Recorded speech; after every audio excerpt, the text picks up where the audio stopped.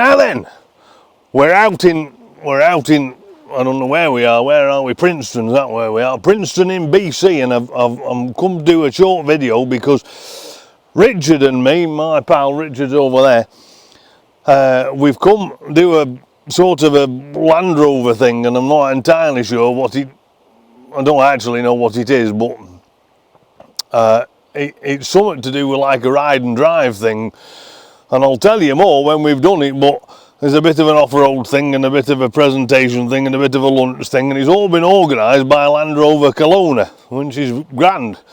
Now Land Rover Kelowna and this gig's a bit of a long way away from Richard and me in Bertie, and we've had to drive about 11 hours, Gary, and it was not very, there aren't very many Land Rover-y things in the Canada that's organised, so we've come a long way for to do this. But while I've set up, we come obviously, and we've camped actually. I was going to grab an hotel, but Richard found a campsite, and so we've come here and camped, and I've slept him back at D5, and he's got more organised and has brought a tent. He's a bit more on ball is Richard really, but anyway, what I thought I'd do is new D5 here, still no name, but we've got new D5, and I thought I'd show you my camping setup.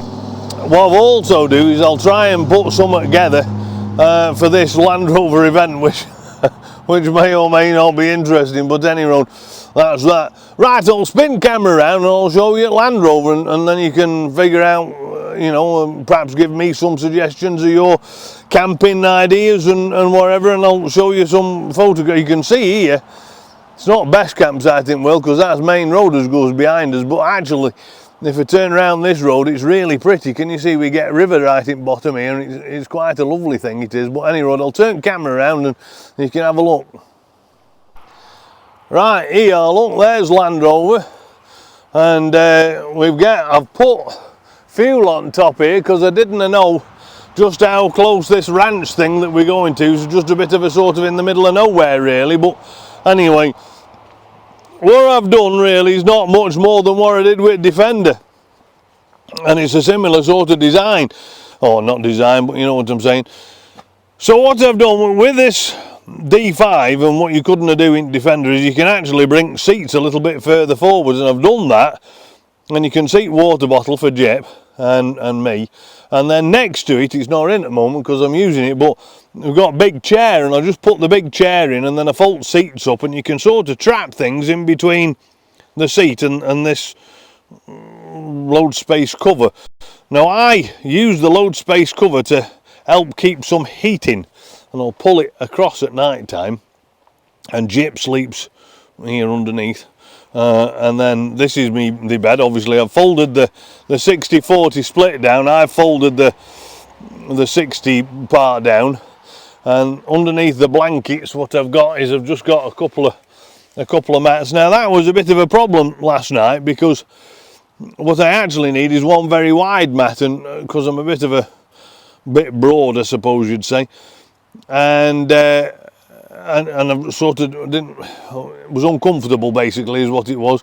But normally, and in the past, what I've had is one big wider sort of air inflatable mattress, but because I wanted to pack lightly this time round, I brought a couple of these tiny chaps, and sort of kind of a bit regretting it really, but anyway, so that's that. Now underneath here, I haven't got it at the moment, but I had a bunch of camping stuff and whatever that I could get out very quickly, and underneath that next to there is where I put my clothes, so I sort of got an undressed and then shoved my clothes under here. Now I hung my keys. This is an interesting discussion that's just developed here. In the Defender apparently people are having batteries going flat because I don't know what they do, lock the car with the keys or something, but anyway the battery goes flat. Now I hung my keys off that hook there just so I can lock the car or set the alarm off or something if I wanted to, but I always lock the car from that set of, you know, the little, can you see the little lock on the door there, that I always lock the car from inside using that. But I have to say that in Canada we don't have a double locking, and if you do lock the car, it doesn't set the internal ujima what's it's off, and I know that because obviously Jip stays in the car from time to time. In back There's gas canister obviously, but that was tucked away in a bigger box, and then toolbox here. Water you can see. Now in the back underneath here, not for any other reason than give dog something to lie on, is a blue blanket. I don't use it for heat, it's just for the dog. But so the dog sort of slept at the side of me kind of here, and I've got an extra blanket here. Tucked away down the back there's some water to have a drink of in the night, and if I needed to, and also another blanket. And then at night time I hung me glasses and what have you on here and just left it on there like a little bit of a table. And then you can see I've just hung my jet boil on the side here. Now use that obviously for breakfast and what have you, and it's just right there. Back at tailgate is very handy, as you know. Now I have added this light. I'm going to struggle to show you this because I'm not that good with this fancy camera, but can you see this light here? This is Tim's light. Now you'll notice it's got these two little can you? Well, you see this little black thing here? That's a part of the mechanism that used to fasten that light into the Defender, but the curve on this, the curve on that light is exactly the same curve in the roof lining as it is for the back of the tailgate on this D5. And so what I've done is I've just used, I'm struggling to get this at an angle here, but I've just used this and just stuck it up. Now ideally it wants to be at 45 degrees so it shines into the back a bit more. And I have approached Tim to see, instead of those little toggle things which only clip on, if he could make me some 45 degree printed chaps, and then his light with the same curve would be usable for us D5 guys as well as the Defender guys. So if he just made a couple of different clips, he could sell the light to both of us, if you see. So anyway, I've reached out to Tim and I'll tell him that, and then perhaps he can offer light for us as well as Defender lads, and you know, look after us as well. Tim's a top banana.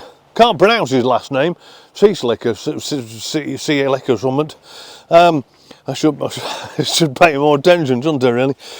Look at that, I got a free Jaguar Land Rover thing from Royal Oak because I took Defender, this D5 there, get the sensors programmed, and I'll tell you more about that later anyway. I don't know how cold it got, perhaps -2 last night, -6 or something like that, but I was actually too hot. And I noticed that with this blanket and that little extra blanket, which I probably didn't use, I have a feeling, I've just swapped hands here because it's still cold, I'll put my hand in my pocket. I was too hot, so what I'm going to tell you now is I think the Discovery may be slightly more thermally insulated than the Defender was, or as was the Defender, because I have taken the Defender up to, you know, obviously to -30, and I was warm, but I did use many more blankets than I did here. And last night I ain't getting my leg out of the blanket because I was that hot, unless I'm hitting menopause or something. So that was that. So I just put my backpack here because in the morning I can just reach in, you see, reach into that backpack and grab out a new t-shirt and then put that on without messing about. Now at the side, as you can see, I've got 2 or 3 blankets here and a sweater just in case it got very, very cold, but surprisingly I didn't need it. I have strapped my flashlight up there. This is my headlight. I have put that there because, as you know, the Discovery sort of switches itself off after about 5 minutes, so I got lights on last night and they shut themselves off, and if you just go in here and press the buttons, nothing happens because these buttons, bloop, bloop, bloop, those buttons actually, once the car's gone into sleep mode, they won't switch on. So moving to the front, I've got toolbox in front here. Now we've come a long way, and really I wouldn't have normally brought that. Well, I would have brought it, but I'd have put it onto the roof like I did with Defender. But what I've done here is I've just shoved it in there because when I fold bed away, I'll just tie it up in back and I'll strap it down. Actually, you'll see it strapped, perhaps hanging out the back. I always secure heavy things in the back because I know that they're going to be sort of bounced around a bit if you're off-road, and if you have an accident, these things can turn into ballistic missiles in tight cab. So I've got me food in this cool box. I'm only out for a weekend, so I've only got bacon and eggs and some random things and some biscuits and what have you. And then in me cool box, I've got me pop and what have you. So it's only a couple of days out, and so it's not really a big camping sort of setup. And I would have things slightly more organised in you know, if I was staying for a week or whatever, or 4 or 5 days doing a road trip. If we just swap round here, you can see how Richard's far more organised, and he's got himself a tent looks like he's planning to stay a bit longer. And there's Richard's L320. He's got fancy winch on front here that he's just fitted, and all pulley blocks and everything. He's done a grand job of that. I have shown you this because that winch came in handy when we went playing together once, and he used it to pull his cell out of a snowdrift, a snowbank. You'll see that video when we compared the Defender to the L320, and Defender didn't really perform very well. Now, that's about all I've got to say. Say hi, Richard. So there we are, that's all I've really got to tell you. And I'm just going to drag this down now here. What I'll do over the next bit of filming is I'm going to film what we actually get up to when we go on to this bit of a day thing, whatever that's going to be. But I'll just show you a view here because it is very nice. And Richard and I have sat and had a cup of coffee this morning while we've just looked at this river, and dogs sort of pooched about and had some fusses and whatever, as dogs do. But it's very pretty, isn't it? And this is Princeton, BC, and it's what are we on, October? Well, middle of October I think it is now, and so it's still a bit cool this morning. It will be getting up to about 15 they say today, but I bet it's not much more than no, it isn't. Where is it? 6 degrees or something? Not very warm. Any road. So that's that.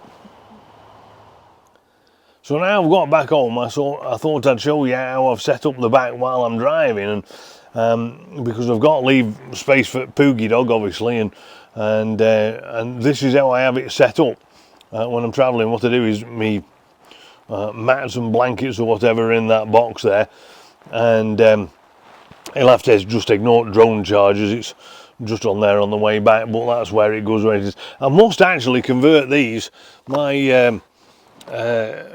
Mine's got the USB sort of style chargers, not a cigarette lighter, and I must swap them over to be handy to plug these in here. And this is actually a boost pack here that I use just in case it won't start in the morning because I've had lights on or something, so I always carry a big boost pack with me, and that'll start this in whatever temperature. Anyway, tucked away here and strapped up, you'll see that's my big toolbox. I hang my jet boil up off the side there, and that does pretty well.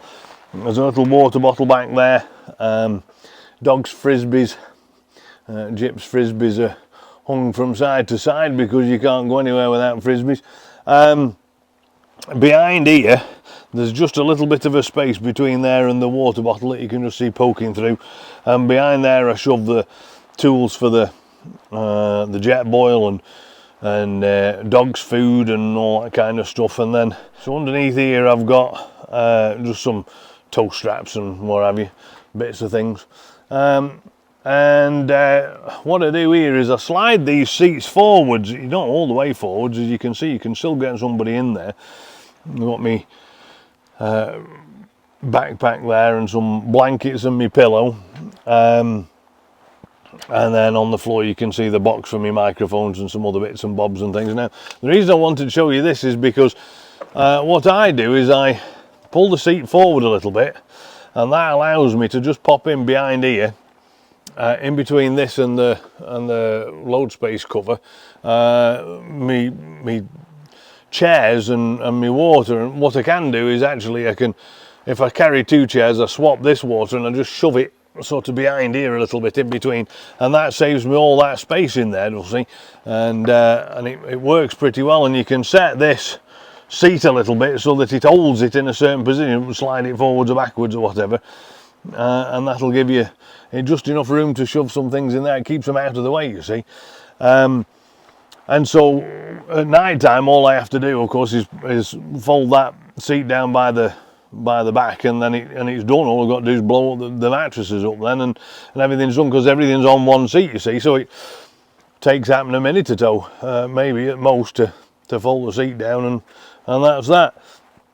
Thanks very much for tuning in. Please do like and subscribe, or whatever it is they do, for more exciting and interesting content from yours truly.